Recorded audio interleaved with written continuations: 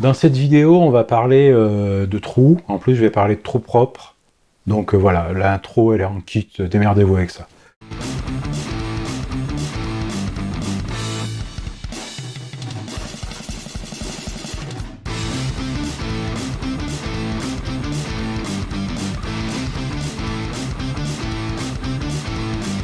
Et salut les boiseuses, salut les boiseux, voilà. Alors aujourd'hui, j'ai eu quelques petites galères, n'est-ce pas, de perçage pas droit, parce que je m'y suis pas pris comme il faut. Donc, je reprends un petit peu le truc à la base, c'est-à-dire, je reprends ce pied. C'est un pied, voilà. Donc, je reprends ce pied-là, et je vais le percer correctement. Alors, c'est pas l'objet de mes galères, mais je vous rappelle un truc, parce que souvent, j'entends des choses pas top au niveau perçage. Quand on perce, en fait, on a tendance à dire je fais d'abord le petit trou, puis ensuite je fais le gros. Le problème, c'est que quand on fait d'abord le petit trou, souvent, on enlève au milieu ce qui va nous servir à caler la pointe de centrage du forêt. Sur un forêt, bon, bah, il y a une pointe. S'il n'y a rien pour la tenir, sur des forêts de ce type-là, la perceuse va se balader de gauche et de droite et vous allez avoir un trou dégueulasse, au moins à l'entrée. Voilà. Tout ça soit dit sans aucun sous-entendu, vous commencez pas. Donc, je perce d'abord le gros trou qui va servir en fait de lamage pour recevoir la rondelle et le boulon et les noyer dans le bois. C'est un trou qui n'est pas très profond. Et ensuite, je vais venir percer mon trou un peu plus grand. Je fais ça avec la perceuse à colonne et directement le pied. C'est-à-dire, je vais percer la mortaise. Et seulement ensuite, je vais percer le tenon en essayant de me servir de ce trou-là, comme guide pour percer le plus droit possible, sachant que c'est vraiment pas une science exacte.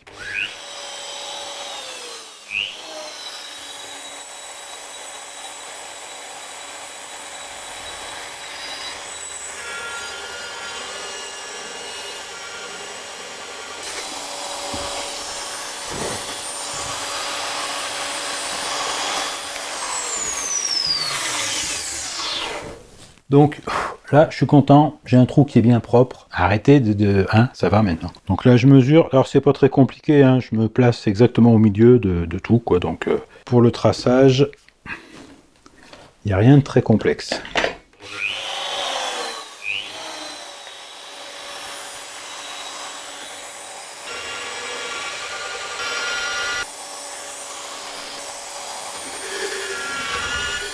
Bien sûr, on pourrait se dire, la difficulté ensuite, c'est d'avoir des trous qui soient concentriques, mais en fait, même un forêt comme celui-ci, qui semble complètement plat au bout, il a une petite pointe qui me permet de centrer le trou suivant. Voilà. Donc du coup, il n'y a pas vraiment de difficulté de ce côté-là. Alors au niveau des diamètres, je perce un lamage qui est très confortable, puisque j'ai une rondelle qui fait... Ouais, ça aussi, je sens que ça va dériver cette phrase. Donc la rondelle que j'utilise fait 26 de diamètre extérieur. Je fais un lamage qui a, je sais pas comment ça s'appelle, pour recevoir la vis, qui fait 35 mm. Donc évidemment, c'est large. Mais je me suis rendu compte que, vu la difficulté que j'ai eu à monter mes quincailleries, faut ça.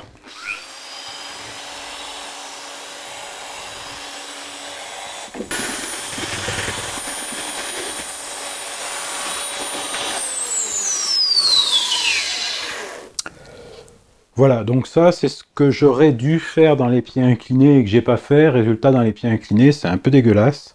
Alors peut-être que ce que je ferais, c'est que j'y mettrais des tourillons avec de la colle et je repercerai le plus droit possible voilà, par la suite.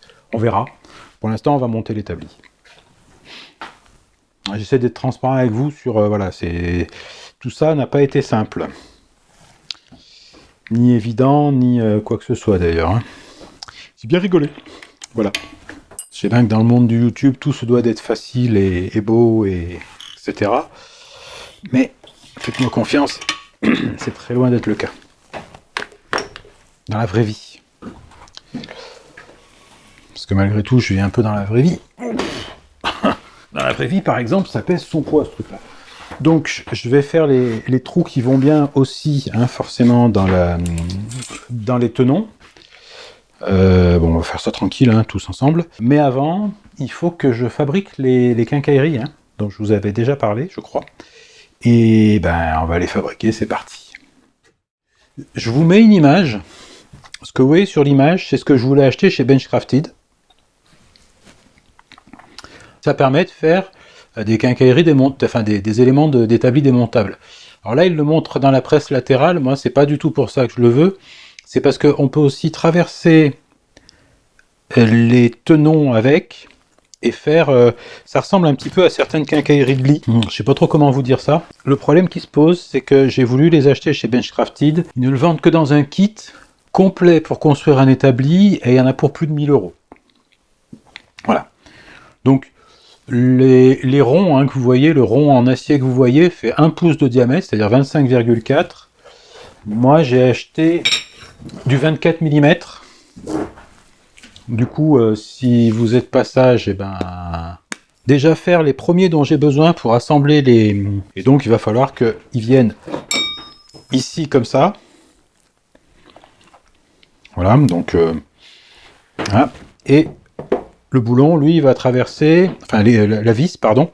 Elle va traverser la mortaise, le pied, la mortaise et le tenon. Et voilà. Et c'est assez loin dans la traverse pour avoir une bonne résistance structurelle. Donc là, l'exercice, ça va être aussi proprement que possible, parce que bon, si c'est pas super nickel, c'est pas bien grave, ça va pas être des éléments qui vont se voir, mais de découper donc des tranches, il faut que je vois de quelle dimension je les découpe, et puis ensuite, une fois que c'est fait, les percer et les fileter, sachant que ça c'est du M12. Et pour que ce soit joli, même si c'est très subjectif, je vais ensuite bien mettre le métal à nu, bien le dégraisser, et je vais faire une brunisation, parce que j'aurai jamais un résultat comme celui que vous voyez sur l'image, hein, voilà, ça je sais pas faire. Voilà. Donc là déjà on va essayer de couper 4 tranches, bien jolies, bien de la même taille, puis on va travailler aux outils plutôt métal là, hein. Donc là c'est la séquence métal.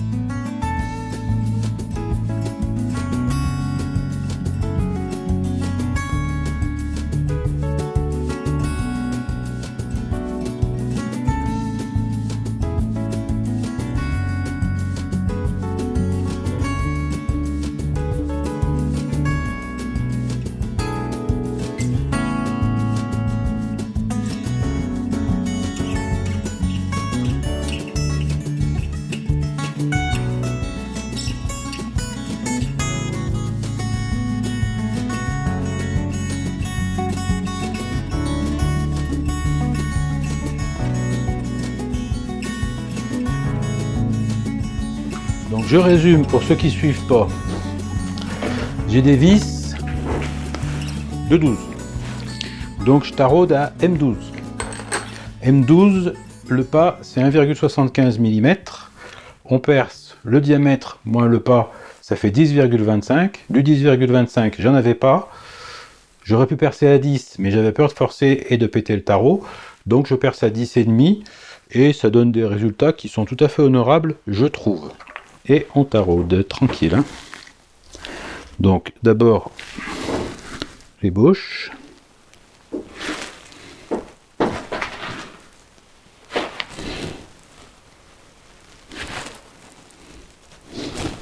Donc on rentre tranquille. Et une fois qu'on est rentré, on fait à peu près un demi-tour, un peu plus, un quart de tour pour dégager le copeau, et on continue. Et voilà.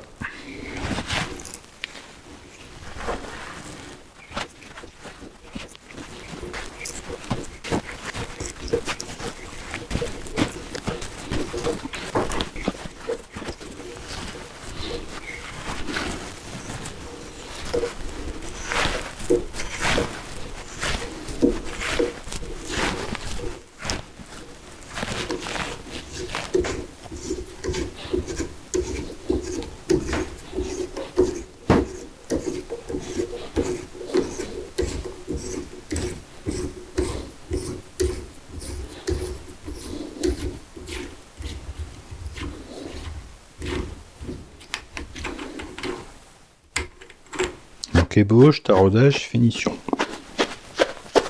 Ou ébauche, usinage, finition. Je sais plus comment on dit. Enfin, en tout cas, il faut tourner. On met la petite goutte d'huile.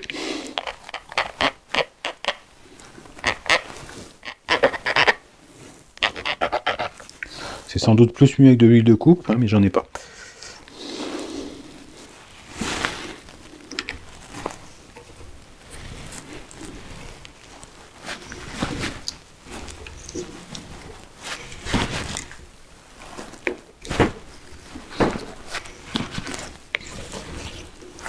Un petit peu d'huile.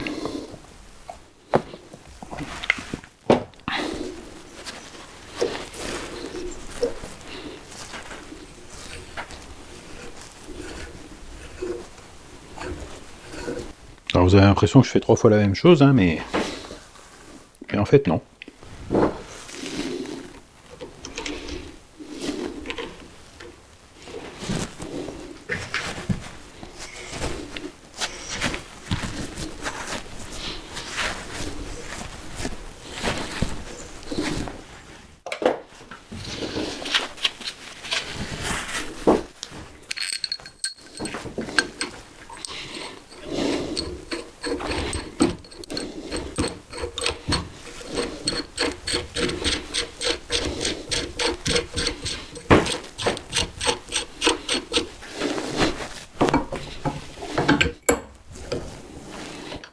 Voilà, voilà.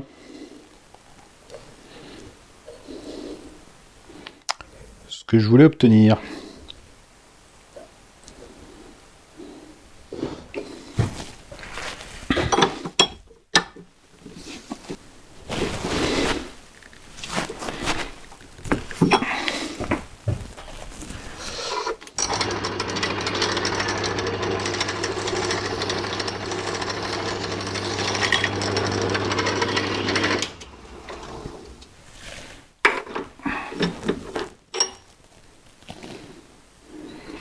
Oh bah écoute, c'est plus sympathique, hein?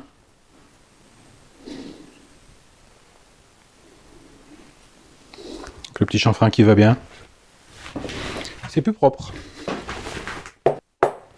Bon bah voilà. Je suis bien content, ça marche. Je vais faire les autres, ça n'a pas pour longtemps. Bon, pour faire la finition sur les pièces, j'ai décidé de tester un petit brunissage des familles. Voilà. Donc j'ai acheté un brunisseur. Ça se trouve aussi sous le nom de hématite. Hein, bon, il y a plusieurs sans aucun doute plusieurs marques. Je sais que les produits Duguay en font, entre autres. Là, c'est Comptoir d'Art. A priori, ça vient de France. Donc et ça, c'est le neutralisant. Voilà. Donc, je mets des gants. Je sais pas trop, hein, mais ouais, ils ont mis des symboles qui disent c'est pas terrible, quoi. Alors, ils disent plein de choses. Hein. Il y a du sulfate de cuivre, des trucs, dioxyde de sélénium, composants dangereux. Donc, on va quand même faire gaffe.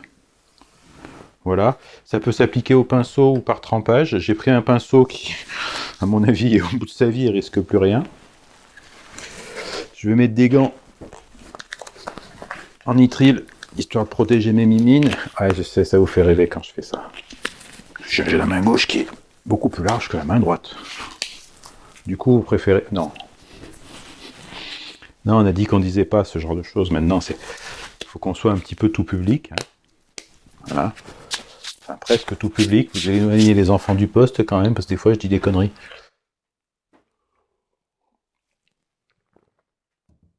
Donc, avant, si vous regardez un petit peu la vidéo, vous verrez que les pièces, c'était pas comme ça tout à l'heure. Hein. C'est-à-dire que là, ça brille bien, voilà, parce que c'est tout propre et c'est tout dégraissé. C'est-à-dire qu'en fait, j'ai commencé par passer sur l'évier et avec du produit vaisselle et une éponge, j'ai bien tout frotté pour tout dégraisser. Parce que le produit, si c'est huilé ou graissé, il accroche pas du tout.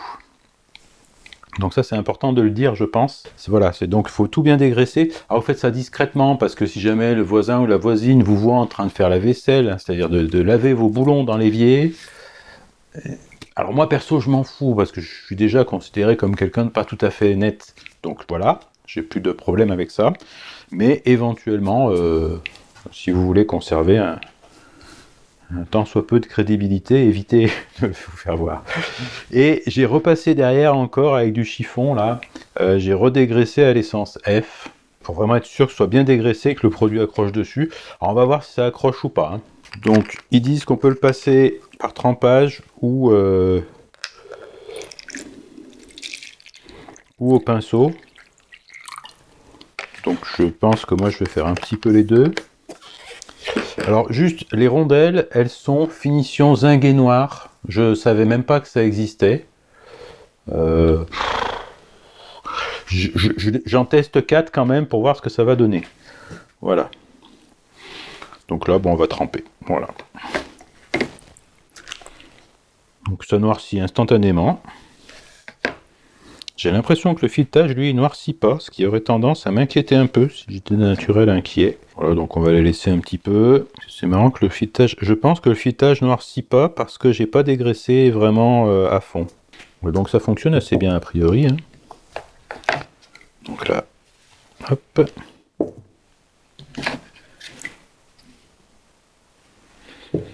Oui, on le sent bien, le côté un peu soufré là. Bon, alors pour les rondelles, ça donnera ce que ça donnera. Si vraiment le résultat me plaît pas, eh ben j'en prendrai 4 de plus. Bon, sur les rondelles, j'ai l'impression qu'il va pas se passer grand chose de vous à moi. Mais en soi, c'est pas très grave. Voilà. Et on va voir un petit peu ce que ça donne. Alors là, le simple fait de mettre les doigts dessus déjà. Donc, finalement, j'aurais peut-être pas trop utilisé le pinceau.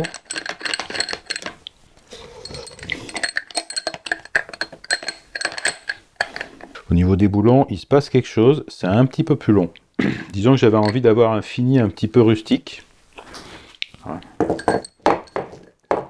Pour l'établi, ça me semble pas mal. Donc, le neutralisant évite toute trace de corrosion et de fleurs de rouille. L'utilisation se fait dès la réaction obtenue sur le fer avec le brunisseur et s'applique au pulvérisateur, au pinceau ou au trempé. Après séchage, ok. Après, on va passer le neutralisant, ça vous avez bien compris que voilà.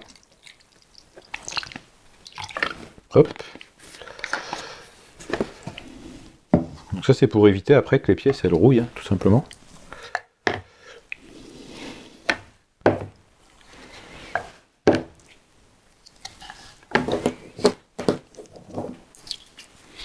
Bon, finalement le filetage aussi a pris, hein. Pour une raison que j'ignore, il a mis plus longtemps. Ce qui est assez étrange quand même, parce que Le métal était censé être plus nu, puisque c'est du métal que j'ai usiné récemment, quoi. Hein, puisque j'ai fait les trous et les filetages hier. Alors, on va bien sécher ça.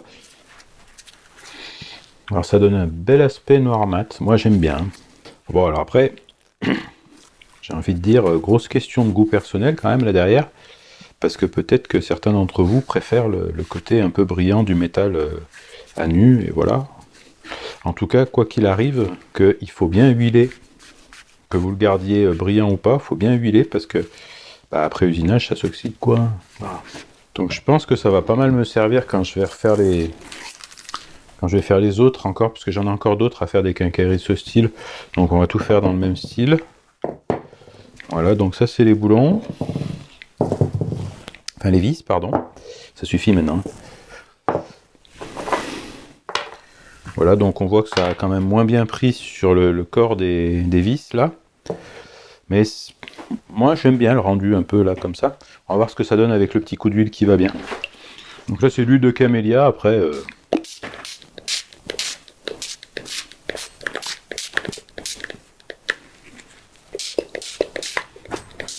Il y a encore un peu de noir qui se met sur le chiffon, mais honnêtement, de moins en moins. Donc c'est en train de prendre sa... On va dire c'est définitif, quoi, on va dire. Alors au passage, je sais qu'il y a beaucoup d'entre vous qui vont me dire que c'est des quincailleries qu'on trouve toutes faites. C'est pas totalement faux, hein, j'ai regardé, il y a pas mal d'endroits où ça se trouve, parce que c'est de la quincaillerie d'ameublement à la base. Sauf deux choses.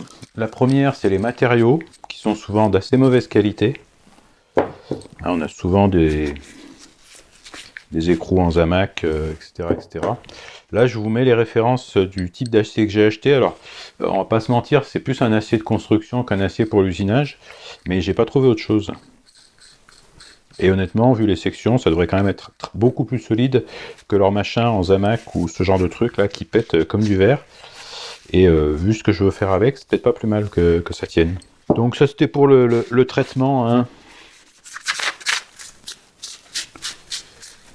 de ce truc là. J'en profite pour vous remontrer brut comment c'était et puis à quoi on arrive quoi.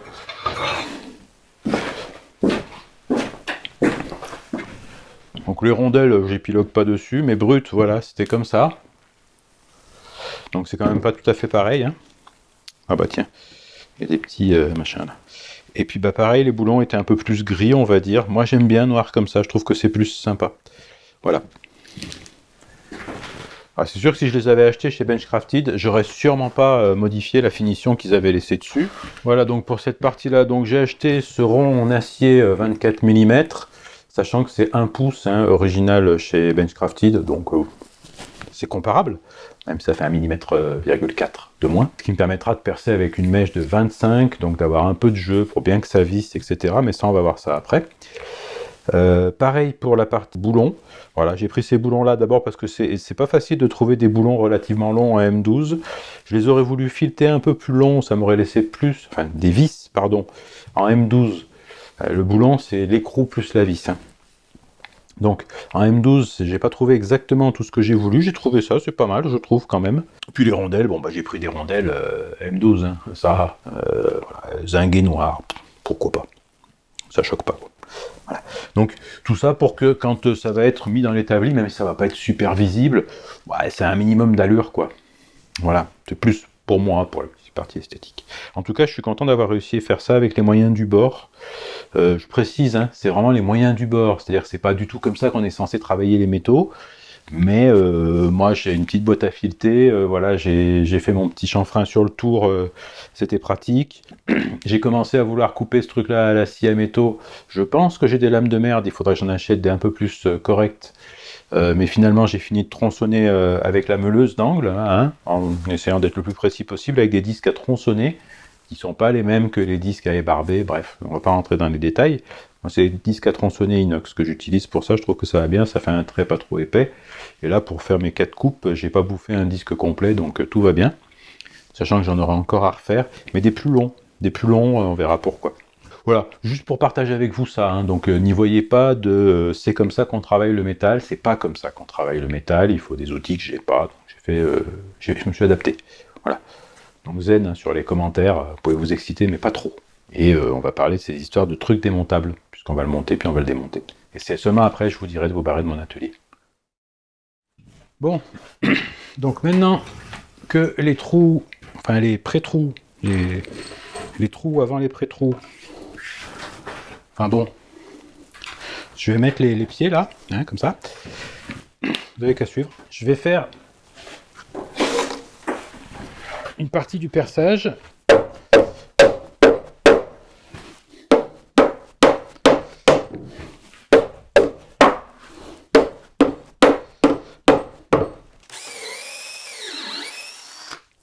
Donc là, en fait, je marque juste, en quelque sorte, hein, je marque juste mes perçages.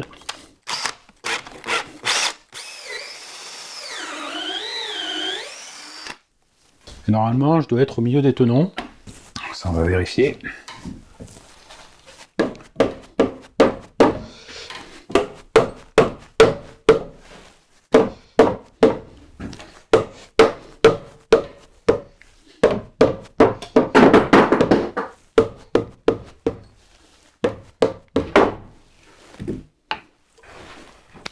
Donc, alors celui-ci c'est pas mal, et celui-ci c'est vrai que je suis un petit peu décalé. Bon, en soi c'est pas super grave.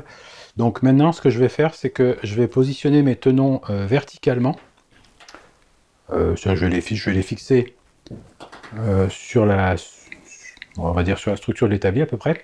Le but c'est quoi? C'est de pouvoir vraiment viser pour percer le plus droit possible.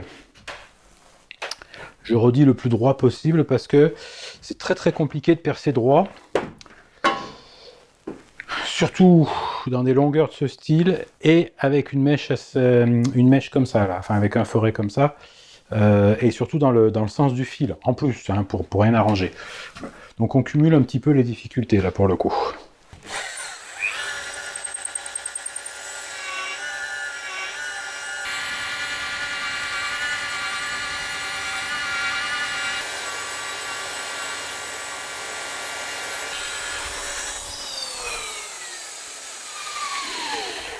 Voilà, donc dernier perçage, je fais un perçage à 25 mm pour recevoir cette pièce, hein, on va voir après, qui en fait 24.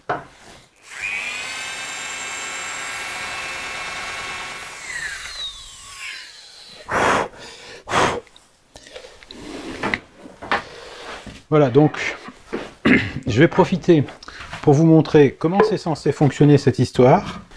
Donc l'histoire, c'est que je mets un truc comme ça, hein, ici, là. Voilà. Là, je viens mettre le boulon. Et normalement, le boulon, il est censé visser là-dedans. C'est un petit peu galère des fois, d'ailleurs. Voilà, une fois que c'est pris dedans, j'espère que vous allez voir, je vais essayer de vous faire un très gros plan.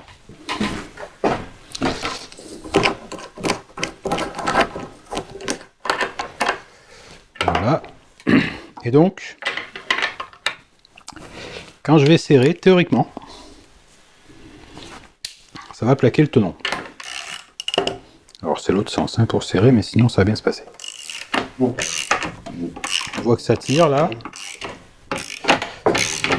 Et voilà.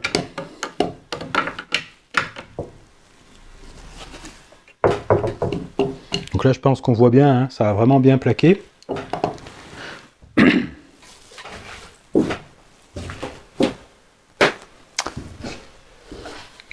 Et l'avantage de ça, c'est que ça me fait des tenons qui sont démontables. Et du coup, ça me permet d'avoir l'établi démontable.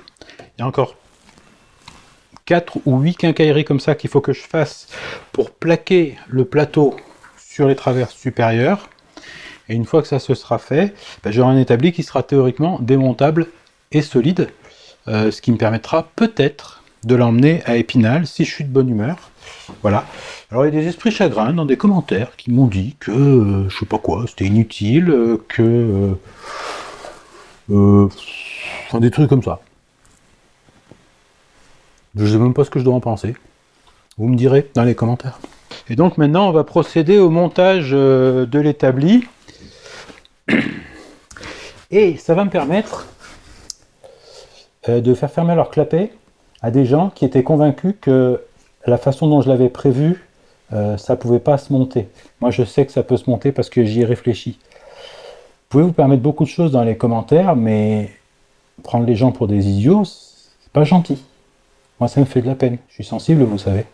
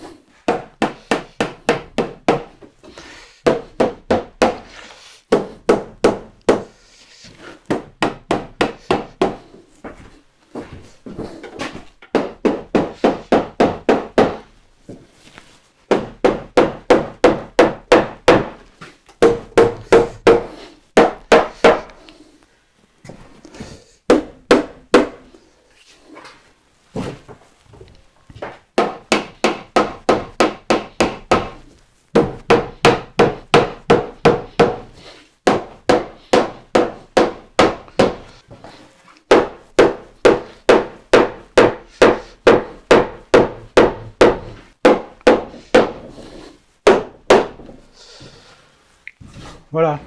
Donc ça, c'était pour dire bonjour à ceux qui disent que ça rentre pas.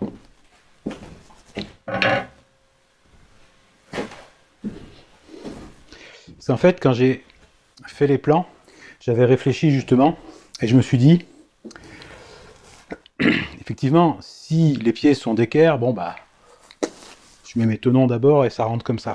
Si les pieds sont pas d'équerre, ça semble poser un problème, mais comme en fait les tenons rentrent au fur et à mesure que les pieds descendent, il n'y a pas de raison que ça marche pas. Et voilà. C'est QFD. Donc là, toutes les quincailleries sont en place. J'ai pas serré encore. Hein. C'est pas partout aussi joli que je voudrais que ce soit. Petite astuce, un aimant pour ce genre de quincaillerie là qu'on rentre dans le trou et après on peut plus la sortir et des fois on a besoin de l'enlever un tout petit peu et tout ça. C'est vraiment super utile. Hein. Voilà, si vous avez, enfin pensez-y quoi. Si vous avez un aimant un peu costaud, ça peut vous sortir des ennuis. Donc là, je vais le retourner. Je vais finir de plaquer parce qu'il reste encore 2 mm là en bas. Et il se plaque mieux à l'endroit. Et une fois que ça c'est fait, eh ben, je serre mes quincailleries, et normalement c'est relativement stable, même s'il me manque encore une fois les quincailleries qui vont relier le plateau sur les traverses, parce que je ne les ai pas encore faites, celles-là, hein. J'en ai fait que 4. Je pense qu'il m'en faudra encore 4, mais relativement longues, donc il va falloir que je réfléchisse bien au truc. Hein. Et par contre, je peux vous dire une chose, hein. Il fait son poids, le coquin. Voilà. Hop là.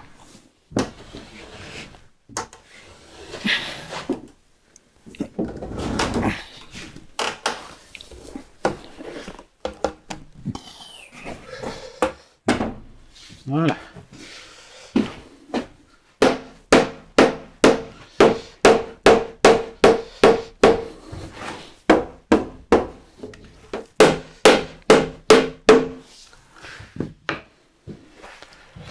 Et le petit coup de clé qui va bien.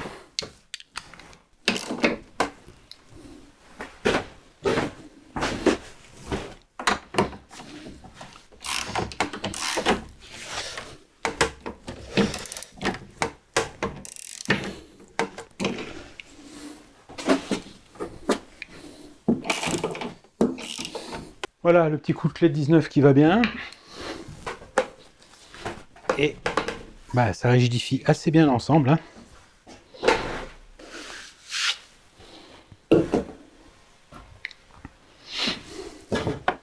Voilà, bah, je vais finir d'affleurer ça tranquille, hein, pour pas que ça m'embête pendant que je travaille, parce que en attendant la livraison des quincailleries, enfin des presses, pardon, la livraison des presses, en attendant la livraison des presses, bah, je vais je vais quand même l'utiliser un petit peu, parce que même s'il n'y a pas encore de système de serrage dessus, ça me fait une surface de travail bien stable, bien plane et bien sympathique. Hein. Alors faites pas trop attention à cette partie-là.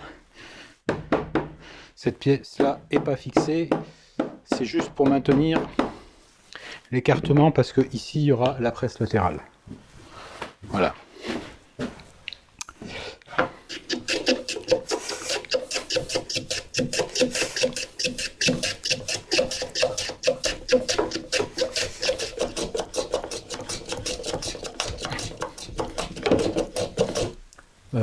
Faut vous barrer là parce que c'est fini.